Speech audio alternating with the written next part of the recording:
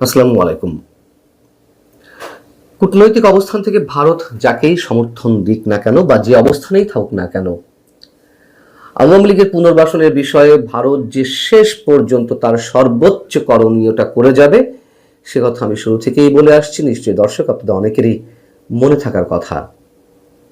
এবং ভারতের প্রায় সব দলই যে এ বিষয়ে ঐকমত্য অবস্থানে রয়েছে সেটিও আমরা জানি।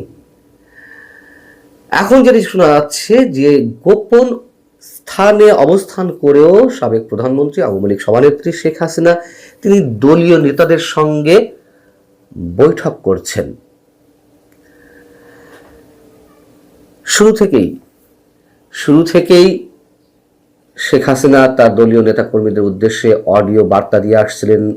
অনলাইন বৈঠকগুলোতে নিয়মিত অংশ নিচ্ছিলেন এবং যেগুলোর কোনো কিছুই ডক্টর ইউনূস সরকার ঘোরতর আপত্তি জানিয়ে এলো তাতে কোনো প্রকার কর্ণপাত করেনি ভারত সরকার।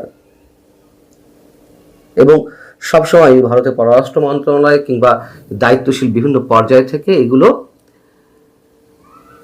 ক্ষেত্রে বলা হয়েছে যে কারো বাক স্বাধীনতায় বাধ সাধে না ভারত। এমনকি বিবিসিতে দিল্লিতে এবং কলকাতায় অফিস ভাড়া করে দলীয় কার্যক্রম পরিচালনা করছে সেখানে অবস্থানরত আওয়ামী লীগ নেতারা, এমন একটি প্রতিবেদনও তো প্রকাশিত হলো, যদিও সেটি অস্বীকার করেছে ভারতের পররাষ্ট্র মন্ত্রণালয়। তো এতদিন বিভিন্ন অডিও বার্তায় কিংবা অনলাইন বৈঠকগুলোতে শেখ হাসিনা তার বক্তব্য প্রচার করে এলো বা তার নির্দেশনা বিভিন্ন বিষয় দিয়ে এলো, আমরা হঠাৎ করে দেখলাম তিনটি আন্তর্জাতিক বার্তা সংস্থা বা গণমাধ্যম, যেমন রয়টার্স, সিএনএন সহ 3টি গণমাধ্যমে তার সাক্ষাৎকার প্রচারিত হলো একযোগে। এটি তো আর ভারত সরকারের অনুমতি ছাড়া সম্ভব নয় নিঃসন্দেহে। যাই হোক, এখন তিনি নিয়মিত ভারতের বিভিন্ন গণমাধ্যমকে অনলাইনে সাক্ষাৎকার দিয়ে যাচ্ছেন এবং সেগুলো প্রকাশিত হচ্ছে। এর মধ্য দিয়ে আমরা শুনলাম যে গত 23শে জানুয়ারি একটি সংবাদ সম্মেলনে তার ভার্চুয়াল উপস্থিতি, তার বক্তব্য শোনানো হলো। তারপর শোনা যাচ্ছিল যে তিনি ভিডিও কলে আসবেন এবং যে কোনো সময় ভিডিও কলে যুক্ত হতে পারেন। যেহেতু ভিডিও কলে যুক্ত হলে সেটির মাধ্যমে সংশ্লিষ্ট ব্যক্তির লোকেশন নির্ধারণ করা যায়, অনেকেই পারে।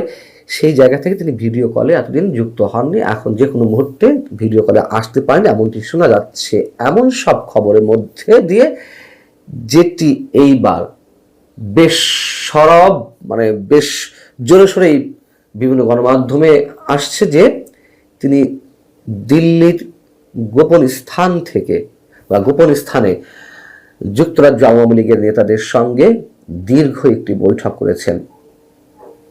অতএব শুরুতে যেটি বলছিলাম যে এসবের কোনো কিছুতেই অবাক হওয়ার থাকবে না, যদি কিনা সেখান থেকে বিশেষ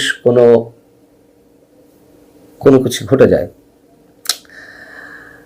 গণমাধ্যমকে যুক্তরাজ্য আওয়ামী লীগের নেতারা যেটি বলছেন, ভারত সরকার দিল্লিতে কঠোর নিরাপত্তা বেষ্টনীর মধ্যে বিশাল একটি বাড়িতে শেখ হাসিনাকে অত্যন্ত মর্যাদার সাথে রেখেছে।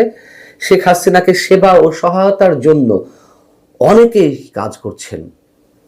এই বাসস্থানের নিরাপত্তা বলয়ও কয়েক স্তরে বিন্যস্ত। শেখ হাসিনার ছোট বোন শেখ রেহানা এবং সাবেক তথ্য প্রতিমন্ত্রী মিস্টার আরাফাতের মতন কয়েকজন নিয়মিত তার সঙ্গে দেখা করছেন। এমনকি মাঝে মধ্যে তার ছোট বোন শেখ রেহানাও সেই গোপন স্থানে, তার থাকার স্থানটিতে একসাথেই অবস্থান করেন। যেই বিষয়গুলো গণমাধ্যমে এসেছে সেখান থেকে জানা যাচ্ছে যে লন্ডন থেকে যাওয়া যুক্তরাজ্য আওয়ামী লীগের 5 নেতা 21শে জানুয়ারি শেখ হাসিনার সঙ্গে দীর্ঘ এই বৈঠকটি করেন।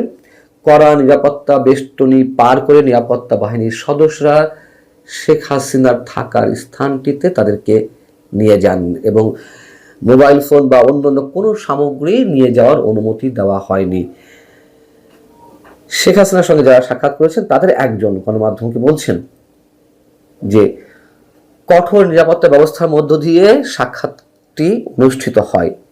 শেখ হাসিনার পারমিশনের পর নিরাপত্তা যাচাই করে যুক্তরাজ্য আওয়ামী লীগের এই দলকে নিরাপত্তা বাহিনীর গাড়িতে করে শেখ হাসিনার বসবাসরত বাড়িতে নিয়ে যাওয়া হয় এবং তারা বলছেন যে শেখ হাসিনাকে ওই সময় যথেষ্ট আত্মবিশ্বাসী আত্মপ্রত্যয়ী বলে মনে হয়েছে এবং তার শরীর যে ভেঙে পড়েছে, যেসব গুঞ্জন শোনা যাচ্ছিল তার আসলে কিছুই নয়, তবে শারীরিক ওজন কিছুটা কমেছে। যাই হোক, যে 5 নেতা শেখ হাসিনার সঙ্গে দেখা করেছেন যুক্তরাজ্য আওয়ামী লীগের, তাদের মধ্যে রয়েছেন আওয়ামী লীগের সভাপতি, সাধারণ সম্পাদক সহ সিলেট সিটি কর্পোরেশনের সাবেক মেয়র একজন আনোয়ারুজ্জামান চৌধুরী এবং যুক্তরাজ্য যুবলীগের যুগ্ম সাধারণ সম্পাদক।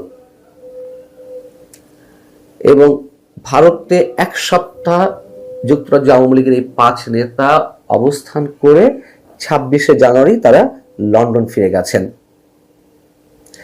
এই হচ্ছে বিষয়।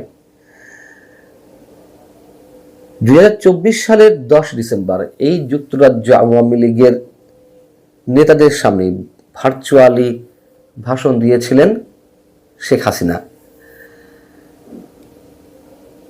গত 21শে জানুয়ারি যে বৈঠকটি যুক্তরাজ্য আওয়ামী লীগের নেতাদের সঙ্গে হয়েছে, এটি নতুন কোনো বৈঠক নয়। এর আগেও আওয়ামী লীগের কয়েক নেতা একসঙ্গে, যারা কলকাতায় অবস্থান করছেন এই মুহূর্তে, তারা শেখ হাসিনার সঙ্গে বৈঠক করেছেন। অতএব খুব শিগগিরই যদি এইসব বৈঠকের মাধ্যমে কি হবে আমি নিশ্চিত নই, তবে এটুকু বলা যেতে পারে যে যদি বড় কিছু ঘটে যায় তাতে অবাক হওয়ার কিছু থাকবে না। রাজনীতিতে শেষ বলে কিছু নেই, সেই পুরনো কথাটি আমাদেরকে সবসময় মনে রাখতে হয়। এবং আল জাজিরা যে একটি প্রতিবেদন প্রকাশ করেছে, শেখ হাসিনা নেই, পলাতক, নির্বাচনে আওয়ামী লীগ নিষিদ্ধ, কিভাবে টিকবে দলটি, সেটি বিষয়ে আপনাদেরকে জানিয়েছি। অর্থাৎ বাস্তবতার জায়গা থেকে যা কিছু দৃশ্যমান আমাদের সামনে, হঠাৎ করে তার মধ্য দিয়ে অনেক কিছু যদি ঘটেও যায়, নিশ্চয়ই সেখানে বিস্মিত হওয়ার কিছু থাকবে না, খুব স্বাভাবিকভাবেই। ভালো থাকুন, আল্লাহ হাফেজ।